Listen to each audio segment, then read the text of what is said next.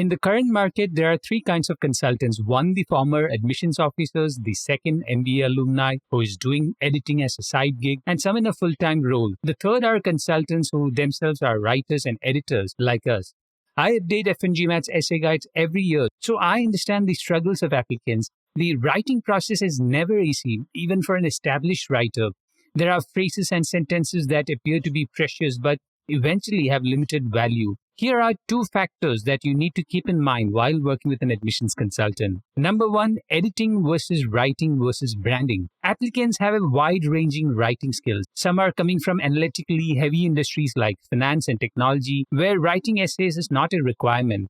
They also have a limited understanding of branding. For such applicants, a consultant who edits and guides them to capture the right story can dramatically improve the quality of the essay. Understanding the story elements, the beginning, middle, and end, capturing vulnerable moments, using W pattern narratives with the ups, downs, and resolution, maintaining a consistent tone, and most importantly, answering the question can help turn around the application. Some consultants only offer edit comments without any input on how to improve the entire narrative. I would not subscribe to such a service. Recently, I had a conversation with a client who, after failing for 2 years, reached out to me with a copy of the edit comments of a famous consultant. And in all the comments, there were never mentions of weaknesses in the examples shortlisted.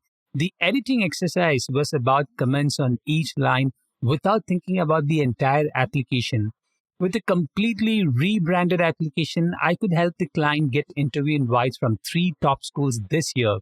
So, if branding is wrong, any great lines are not going to turn around the chances. You should always understand that application is all about branding, storytelling, and corrective actions. If one of them is missing or the branding is based on a cliched top-level strategy, it will be seen in the essay. Number 2, M7 versus T15. This is a common complaint against consultants. Many push applicants to aim higher. Even I do that. It's a 50-50 outcome. Some got into M7 schools, some didn't get the desired results. But the ones who got into M7 would have never applied hadn't I pushed the person to apply.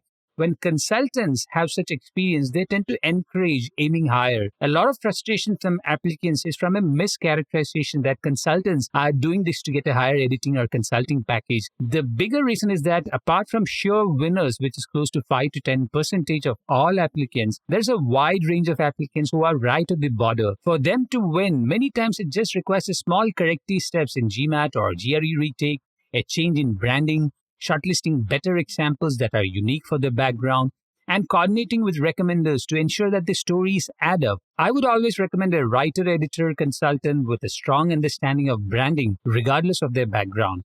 To realize a consultant's grasp of branding, you must talk to a lot of consultants and ask about your profile weaknesses. There are genuine weaknesses that cannot be mitigated with short-term engagements or any great essays. Consultants who are honest will share the weaknesses that can limit your admission chances to M7 or T10 schools. For a free 10-minute consulting session with me, Atul Jose, about your profile or MBA application essays, contact me at store.fngmat.com/contact-fngmat.